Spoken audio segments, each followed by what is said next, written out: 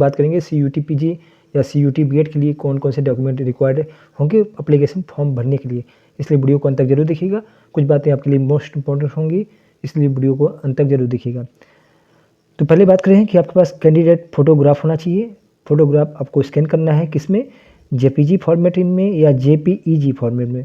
इसको आपको स्कैन करके रखिएगा और जिसका साइज होना चाहिए 10 KB से लेके 200 KB के बीच में होना चाहिए।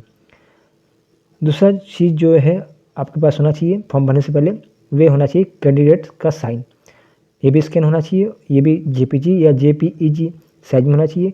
इसकी जो साइज होनी चाहिए वे 4 KB से लेके 30 KB के बीच में होना चाहिए। तो फॉर्म भरने से पहले ये 2 चीज़ें आप स्कैन करके और JPG फॉर्मेट बना के रख लीजिएगा। इसके अलावा आपके पास एक्टिव ईमेल आईडी होना चाहिए। क्यों एक्टिव ईमेल आईडी होना चाहिए? क्योंकि आप इसमें फॉर्म भरते समय ईमेल आईडी देना पड़ेगा और इसी में जो सूचनाएं आएंगी CUT की सब उसी पे आपके ईमेल आईडी पे आएंगी, इसलिए ऐसा ईमेल आईडी दीजिएगा फॉर्म में जो एक्टिव है।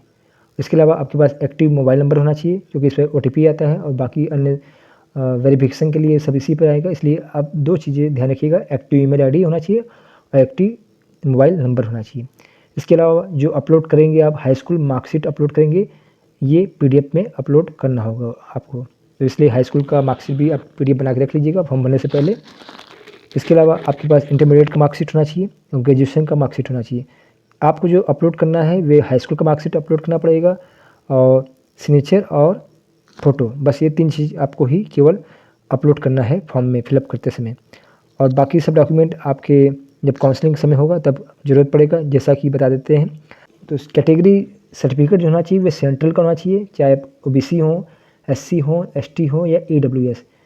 और ये जो कैटेगरी सर्टिफिकेट होना चाहिए वे 1 अप्रैल 2023 के बाद का होना चाहिए।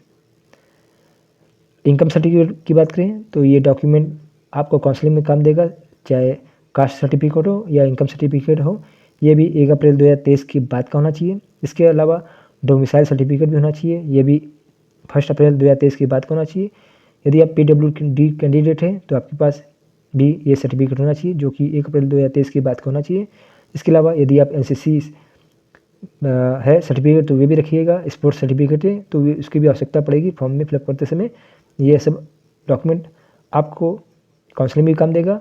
और जो आप फ़ोटो रखिएगा, फ़ोटो संभाल कर रखिएगा क्योंकि ये फ़ोटो आपको काउंसलिंग समय भी काम देगा। सेम फ़ोटो आपको काउंसलिंग समय और जब आपका एडमिट कार्ड डाउनलोड होगा जो है आपके डॉक्यूमेंट से रिलेटेड जो कि फॉर्म फिलअप करते समय ज़रूरत पड़ेगा।